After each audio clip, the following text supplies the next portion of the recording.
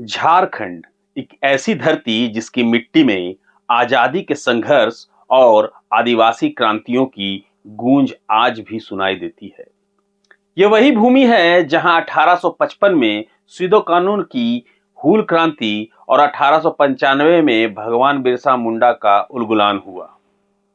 यह धरती गवा रही है राष्ट्रपिता महात्मा गांधी और नेताजी सुभाष चंद्र बोस के कदमों की, जिन्होंने इसे नई पहचान दी। नमस्कार, जोहार, मैं अभिषेक आनंद और आप जुड़े हैं प्रभात खबर के डिजिटल प्लेटफॉर्म के साथ। नेताजी सुभाष चंद्र बोस झारखंड की इस भूमि से गहरा लगाव रखते थे। 1940 और 41 के बीच उन्होंने रांची, खूंटी और रामगढ़ का कई बार दौरा किया।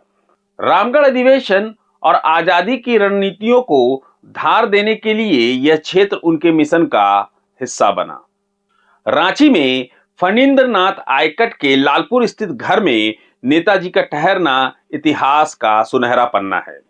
आयकट परिवार ने अंग्रेजों के दबाव और धमकियों के बावजूद नेताजी का स्वागत किया। आज भी उस घर में वह कुर्सी संभाल कर रखी गई है जिस पर बैठकर नेताजी ने अपनी रणनीतियां बनाई। यह कुर्सी आयकट परिवार के लिए एक मंदिर बन चुकी है।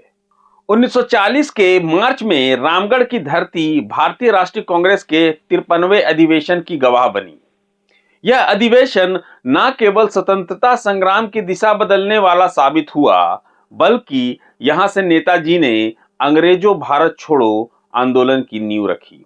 इस अधिवेशन में नेताजी ने सीतारामैया को हराकर कांग्रेस अध्यक्ष पद पर जीत दर्ज की, लेकिन यहीं से उनका गरम दल और कांग्रेस से अलग होने का सफर शुरू हुआ। रामगढ़ अधिवेशन के दौरान नेताजी ने गरम दल के माध्यम से समानांतर अधिवेशन का आयोजन किया। फॉरवर्ड ब्लॉक और अन्य वामपंथी संगठनों के साथ मिलकर उन्होंने ब्रिटिश साम्राज्यवाद के खिलाफ चौतरफा युद्ध की घोषणा की। उनका यह कदम भारतीय स्वतंत्रता संग्राम का नया अध्याय बना। नेताजी न केवल स्वतंत्रता सेनानी थे, बल्कि मजदूरों के भी मसीहा थे। 1928 से 38 तक वह टाटा स्टील कंपनी के लेबर यूनियन के अध्यक्ष रहे। उनके नेतृत्व में मजदूरों के लिए बोनस, पेंशन और मातृत्व लाभ जैसे अधिकार की शुरुआत हुई। यह उनकी सोच और नीतियों का परिणाम था कि भारतीय मजदूरों को प्रबंधन में समान अवसर मिले। 18 जनवरी 1941 धनबाद का गोमो रेलवे स्टेशन, यही वो आखिरी जगह थी जहां नेताजी को देखा गया। कालका मेल के जरिए वह झारखंड की इस धरती को छोड़कर पेशावर के लिए रवाना हुए। इसके बाद नेताजी का रहस्य, उनकी रणनीतियां और उनकी कुर्बानी इतिहास के पन्नों में दर्ज होकर रह गई। झारखंड केवल खनिज जंगलों की धरती नहीं, यह वह भूमि है जहां क्रांति की चिंगारी सुलगी और आजादी का अलख जला। नेताजी सुभाष चंद्र बोस की उपस्थिति और योगदान इस मिट्टी को गर्व से भर देता है। नेताजी कहते थे, तुम मुझे खून दो, मैं तुम्हें आजादी दूंगा।